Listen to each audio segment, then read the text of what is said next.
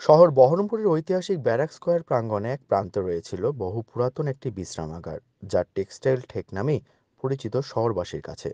কিন্তু প্রাকৃতিক বিপর্যয়ের কারণে ক্ষতিগ্রস্ত হয়ে ভগ্নপ্রায় অবস্থা ছিল ওই বিশ্রামগারটি। প্রাতঃভ্রমণকারী থেকে পথ চলতি মানুষ সকলেই একটু জড়িয়ে নিত প্রাতঃভ্রমণকারী থেকে পথ চলতি মানুষ সকলে একটু জিরিয়ে নিত ওই বিশ্রামাগারে, কিন্তু মাস তিনেক ধরে ওই বিশ্রামাগারটি ছিল প্রায় ভগ্নপ্রায়, যার কারণে সমস্যায় ছিল সাধারণ মানুষ। বহরমপুর পৌরসভার পৌরপিতা নারুগোপাল মুখার্জির উদ্যোগে ওই বিশ্রামাগার পেল নতুন রূপ। নবনির্মিত এই বিশ্রামাগারের নাম চৌতারা। এদিন এই বিশ্রামাগারে আনুষ্ঠানিকভাবে উদ্বোধন করলেন পৌরপিতা নারুগোপাল মুখার্জি।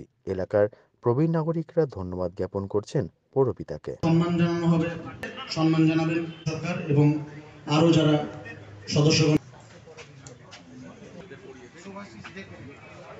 এরপর সম্মাননীয় সুভাষিস দেব আমাদের। কি বলবেন দাদা?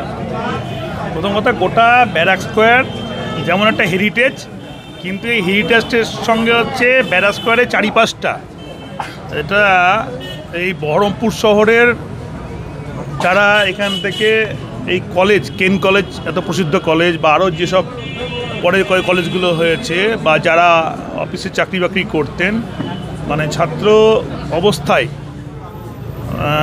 এটা একটা এমন একটা পয়েন্ট যেখানে বহরমপুরের মানুষ না আসলে পরে অক্সিজেন মানে পায় না।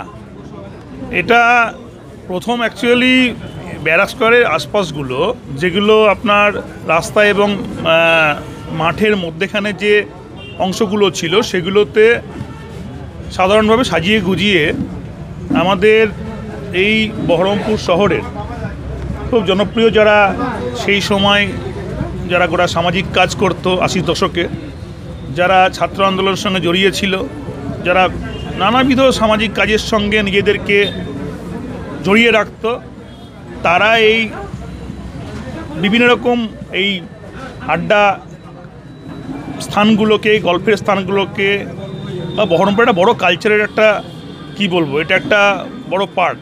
তাদের বিভিন্ন রকম চর্চা, তাদের বিভিন্ন রকম বহরমপুর ডেভেলপমেন্ট নিয়ে তাদের বিভিন্ন রকম কথাবার্তা।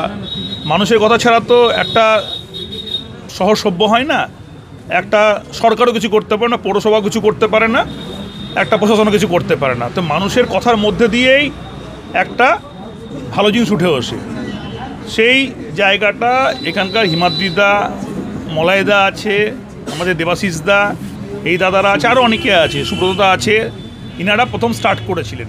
তারপরের সময় ধরে ধরে আরও যারা যারা ছিলেন, বাবুয়াদা থেকে আরম্ভ করে যারা যারা রয়েছেন, তারপর সাবুদারা ছিল এখানে, তারা এখানে ওনারা স্টার্ট করে দিয়েছিলেন, ওনারা এস্টাবলিশমেন্ট তৈরি করে দিয়েছিলেন, এবং পর্যায়ক্রমে সেটা এখনও চলছে। কিন্তু এইটাকে যত্ন করার যে মানে প্রয়োজনীয়তাটা, এই জায়গাটাকে, এই পয়েন্টটাকে, মানে একদিকে টেক্সটাইল কলেজ, একদিকে ব্যারাক স্কোয়ার, একদিকে অ্যাডমিনিস্ট্রেটিভ জোন, একদিকে কোর্টবাজার, মানে একটা কমার্শিয়াল এলাকা, একটা হচ্ছে মানে আপনার পাবলিক এরিয়া, এগুলোকে সবগুলো নিয়ে এগুলোর যে একটা আলাদা 24 ঘন্টার যে আলাদা একটা সবসময় ব্যস্ততম জায়গা হয়ে থাকতে পারে, সব কিছুর মধ্যে দিয়ে মানুষের একটা কথাবার্তা বলার, আলোচনা করার, বিশ্রাম নেওয়ার, মানুষের বিভিন্ন পথচারীরা বাইরে থেকে আসে, গ্রামগঞ্জ থেকে, তারা এখানে শেল্টার নিতে পারে, বসতে পারে, এবং আমাদের শহরের লোকজন যারা বাড়ি থেকে এসে বিভিন্ন নানাবিধ কাজের মধ্যে একটু রিফ্রেশমেন্ট নিতে পারে, সেই জায়গাটা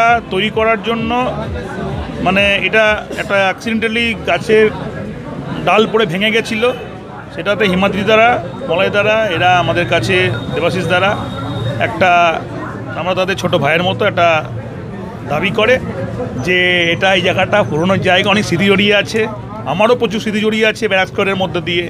আমিও ব্যারাক স্কোয়ারে আমার মানে একবারে খুব মানে 92-93 থেকে আমার ব্যারাক স্কোয়ারে আমার মানে আড্ডা মারা, ওইখানটায় আড্ডা, পোস্ট অফিসের কাছে আড্ডা মারতাম। তো গোটা ব্যারাক স্কোয়ারটা একটা মানে সবারই কাছে, বহরমপুর শহরের যারা বাসিন্দা, বহরমপুর শহরের যারা বাইরেও চলে গেছে, কলেজ পড়ুয়া থেকে আরম্ভ করে যারা চাকরি বাকরি করছে, অবসর নিয়েছে, যারা এখনও পর্যন্ত যে যা কাজের মধ্যে আছে না কেন, তাদের কাছে একটা ভীষণ সেন্টিমেন্টের জায়গা ব্যারাক স্কোয়ার। মানে তাদের কাছে মানে মন ভালো করার একটা এরকম একটা আবেগের জায়গা, এরকম একটা সেন্টার। তো সেই জায়গা থেকে নতুন করে যেভাবে ডিসমেন্টাল হয়ে গেছিলো, যেভাবে ভেঙে গেছিলো, এই ভেঙে যাওয়া, এই ডিসমেন্টাল হয়ে যাওয়া, এই জায়গাটাকে একটা উদ্যোগ দেখানো দরকার ছিল। সেই উদ্যোগটা যে কেউ দেখাতে পারতেন। তো হিমাদ্রি দাদা মনে করেছিলেন যে